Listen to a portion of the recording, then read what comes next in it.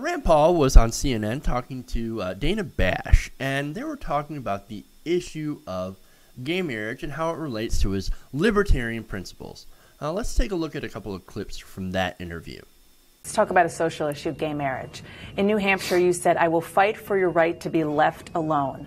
I realize that you believe gay marriage is a state issue, but why do you believe, just as a core principle, as a libertarian, that people should be left alone, but not when it comes to their right to marry somebody they love?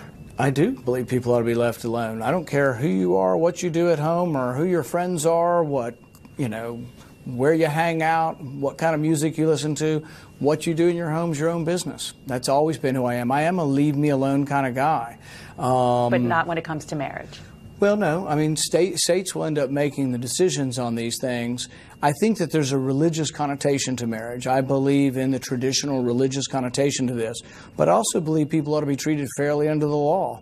I see no reason why, if the marriage contract conveys certain things, that if you want to marry another woman, that you can do that and have a contract.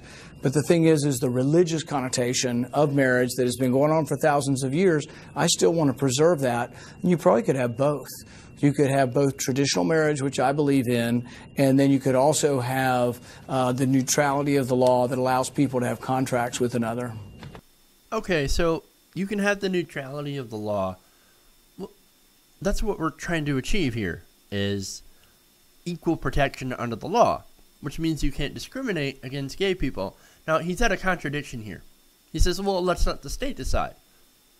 Through, I don't know, referendums, through ballots. Now, the issue here is that gay marriage is a civil right.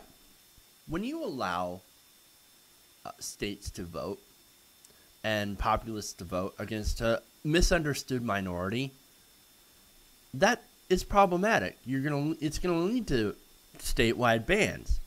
Now, on a civil right, you shouldn't be allowed to vote on a civil right. That's a problem. Besides, Rand Paul isn't exactly on the side of freedom or religious liberty. He actually does care about what you do, as long as you're a gay person. And that's why Dana Bash is, of course, going after him on this, trying to challenge him on this, because of some of his previous statements. I got an example of one of those statements. I'm going to go to that. Well, I'm for traditional marriage. I think marriage is between a man and a woman. Ultimately, we could have fixed this a long time ago if we just allowed contracts between adults. We didn't have to call it marriage, which offends myself and a lot of people. But I think having competing contracts that would give them equivalency before the law would have solved a lot of these problems, and it may be where we're still headed. It offends me and others. So, calling it marriage offends people. It offends Rand Paul. So you can see he's not really on the side of, oh, I don't care what you do. He goes from, I don't care what you do, to, well, that offends me. Or I should say he does it in the opposite order. It offends me, but I also don't care what you do.